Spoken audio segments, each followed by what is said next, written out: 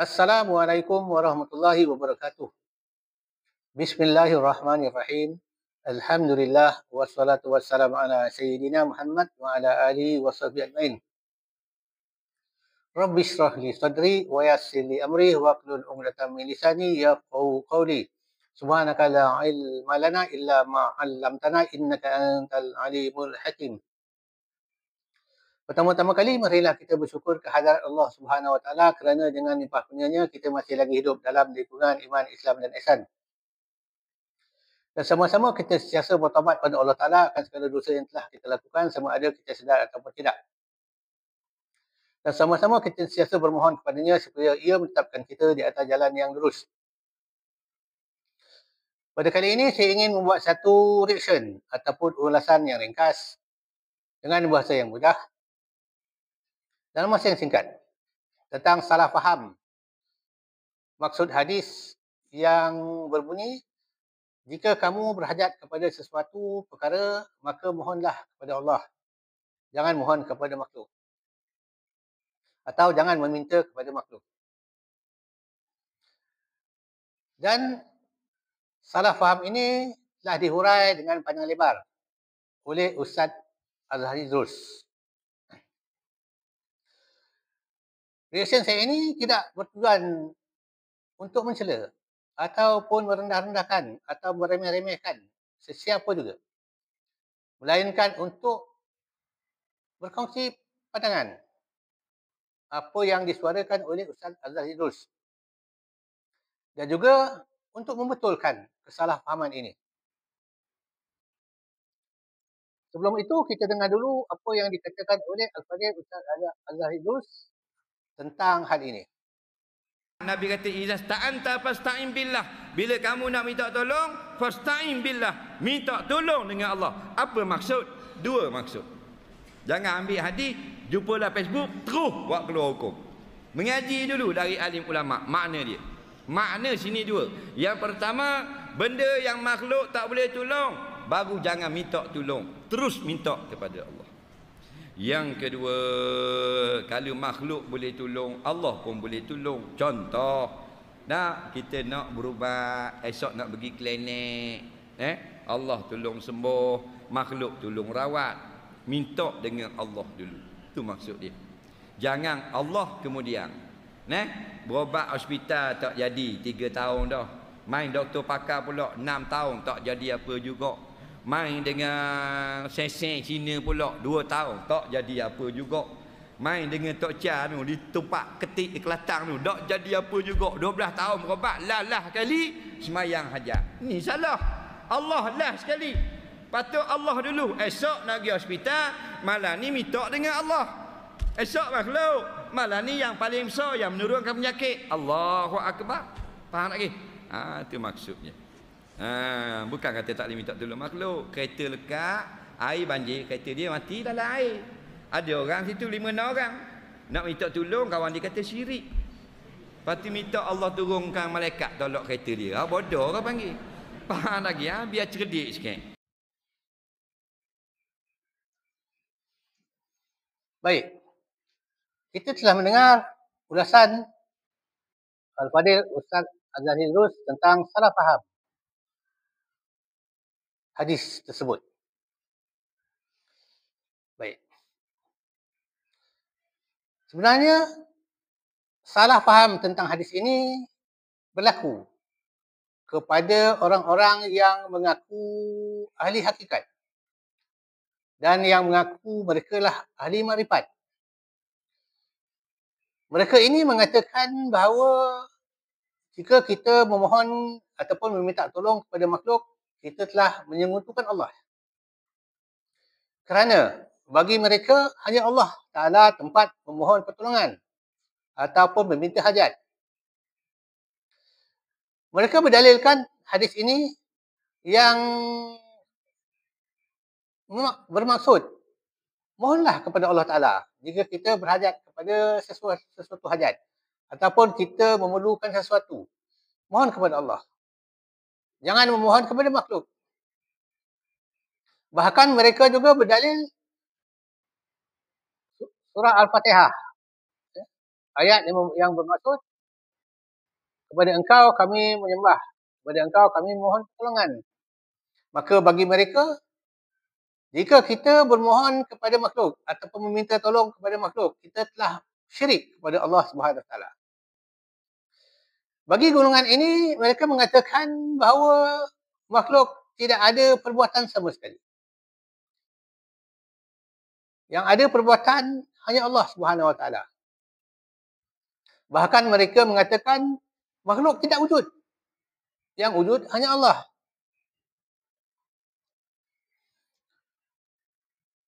Sebenarnya, mereka ini adalah orang-orang yang bukan ahli hakikat yang sebenarnya. Bukan ahli marifat. Mereka hanya mengutip perkataan ulama hakikat yang marifat. Bahkan mereka mengutip dalil Quran dan hadis secara mantuk ataupun secara zahir. Seperti mana yang dikatakan oleh Ustaz Azad Idrus, mereka berjumpa satu hadis, kemudian mereka kutip, kemudian mereka faham sendiri. Tidak mengambil kira hadis-hadis yang lain yang menjelaskan tentang hadis tersebut.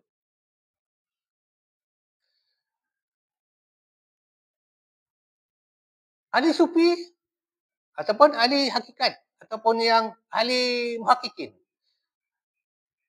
ehwal diri mereka sentiasa berserah diri kepada Allah. Mereka sentiasa hidup dalam keadaan diperhatikan oleh Allah Subhanahu Wa Taala. Mereka kekal mengingat akan Allah.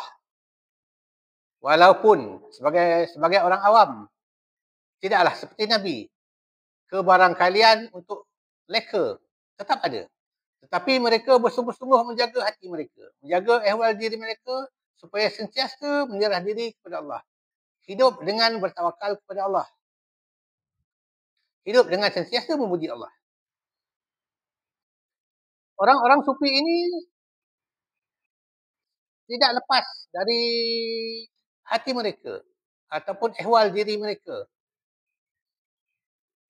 Memohon segala hajat kepada Allah Subhanahu Wa Taala. Tetapi mereka tidak lepas daripada berkait dengan makhluk. Kerana mereka seperti kita juga hidup di atas dunia yang berkaitan dengan sebab akibat dalam kehidupan. Mereka tetap berusaha, tetap bekerja. Tetapi dalam masa yang sama, hati mereka, ehwal mereka tidak lepas daripada Allah Subhanahu Wa Taala. Mereka sentiasa ingat kepada Allah, sentiasa berzikir kepada Allah, tidak lupa. Tidak melanggar perintah Allah. Dengan arti kata, mereka hidup dalam dua keadaan yang serentak. Mereka bekerja di atas dunia, dalam masa yang sama, mereka sentiasa ingat kepada Allah. Sentiasa menyerahkan diri mereka kepada Allah. Inilah ehwal Nabi SAW. Baginda tidak lepas walau satu saat pun daripada Allah. Daripada ingat kepada Allah. Daripada zauq kepada Allah. Dan baginda tidak lepas daripada bertawakal ataupun menyerahkan diri kepada Allah. Tetapi baginda juga berusaha, bekerja, bahkan berjihad, berperang melawan musuh-musuh Islam. Bahkan di dalam perang, contohnya perang Uhud, baginda berjuang habis-habisan, menggunakan segala tenaga baginda. Bahkan baginda dipertahankan, dikelilingi oleh sahabat baginda. Ini bukti bahawa kita, umat Islam, wajib berserah diri kepada Allah Ta'ala. Ehwal diri kita, menyerah diri, bertawakal kepada Allah. Dan dalam masa yang sama kita berusaha, bekerja dan menyerahkan usaha dan kerja kita ini kepada Allah. Seperti mana Nabi tidak berserah diri kepada Allah semata-mata. Nabi tidak duduk semata-mata. Bahkan Nabi tidak sekali-kali ketika berperang, kita diserang, baginda tidak melawan. Menyerah diri semata-mata kepada Allah. Tidak.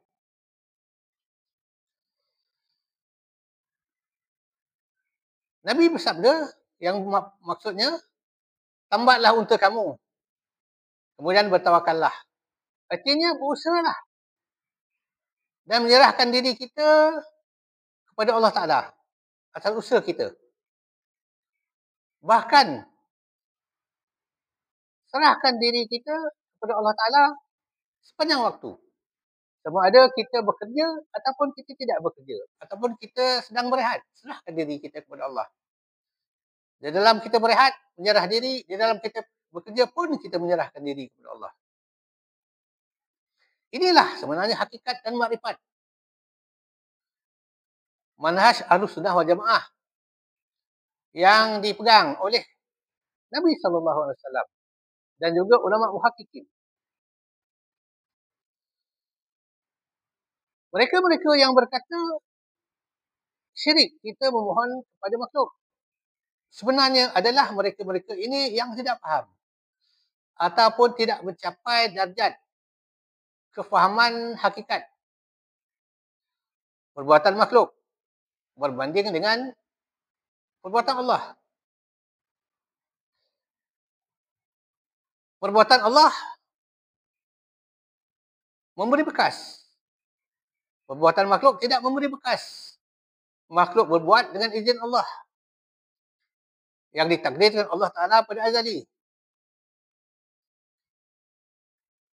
Maka tidak boleh sama sekali makhluk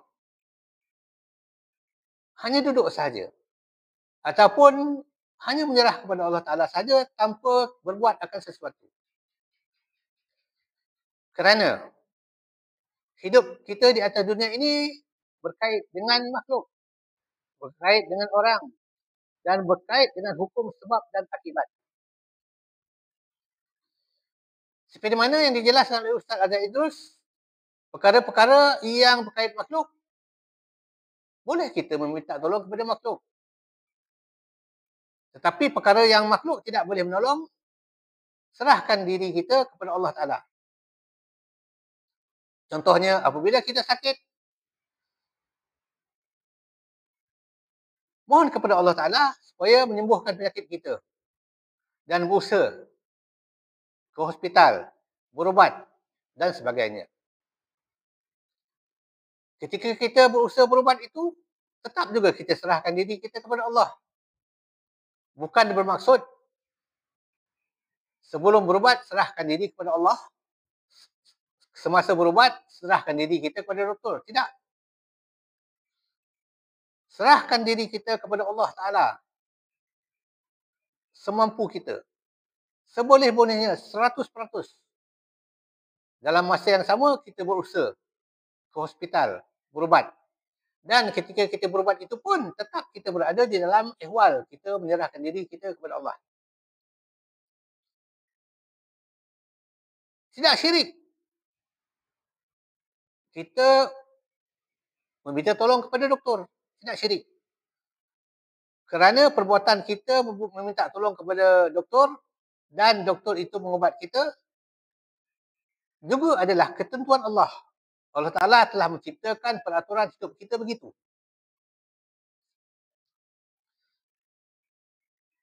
Di dalam kitab usaha itu, sebagaimana saya sebutkan tadi, serahkan diri kita, usaha kita kepada Allah Ta'ala semata-mata. Kerana Allah Ta'ala lah yang menyembuhkan, yang mentakdirkan sembuh ataupun tidak. Maka hendaklah difaham bagi mereka-mereka yang baru berjinak di dalam ilmu tarekah ataupun di dalam perjalanan rohani. Hendaklah faham tentang tauhid dengan sebaik-baiknya. Jangan kita mengambil kalam-kalam ulama hakikat atau marifat yang kita tidak ketahui apakah yang mereka maksudkan. Kita mengambil kalam mereka, kemudian kita membuat huraian ataupun tafsiran sendiri yang bercanggah dengan apa yang mereka maksudkan. Bahkan bercanggah dengan Al-Quran dan hadis dengan maksud yang sebenar. Inilah yang banyak berlaku di zaman ini. Mereka-mereka yang begitu gairah untuk mencapai yang dikatakan hakikat dan makrifat. Tetapi mereka tidak bermula daripada akidah yang benar. Tidak bermula dengan makam tasawuf ataupun ehwal tasawuf yang benar. Hanya mengutip kalam-kalam ulama, hanya mengutip Quran dan hadis tanpa belajar, tanpa mengetahui hakikat yang sebenar. Jika ini berlaku, kebarangkalian mereka menyeleweng ataupun tersesat adalah besar. Jadi sekianlah dulu. Wabillahi taufiq wal hidayah. Wassalamualaikum warahmatullahi wabarakatuh.